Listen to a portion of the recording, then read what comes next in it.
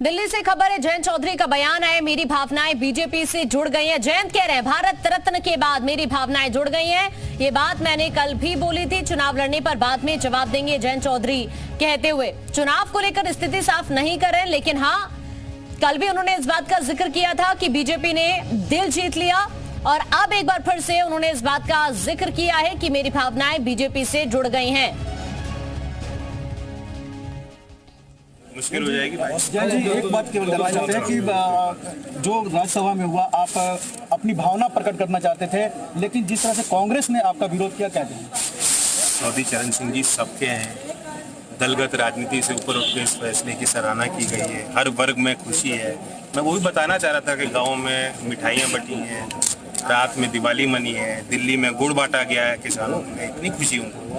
उन बातों को मैं सदन में रखना चाहता था और बार बार इस तरह के मौके नहीं मिलते। चौधरी साहब का नाम सदन में गूंजे, उनके किए गए कामों पे थोड़ी चर्चा कर लें, यही मेरे भाव थे। इन भावनाओं को जाने अनजाने में विपक्ष नहीं समझ पाया। एक आखिरी सवाल रहेगा कि क्या कांग्रेस को इसलिए परेशानी है कि आपने INDA गठबंधन छोड़ के बीजेपी के साथ गठबंधन बना लिया, इसलिए? मैंने हाउस में भी कहा, गठबंधन बनाने और तोड़ने से चौधरी साहब की छवि पे उसका क्या प्रभाव है। आप चौधरी साहब को भारत रत्न दिए जाने के इतने बड़े फैसले को चुनाव हारने और जीतने तक क्यों सीमित कर रहे हैं? आप चुनाव हारते रहिए, जीतते रहिए, क्या फर्क पड़ रहा है? चौधरी साहब तो एक ही आए ना। कब तक ऐलान हो जाएगा बीजेपी का?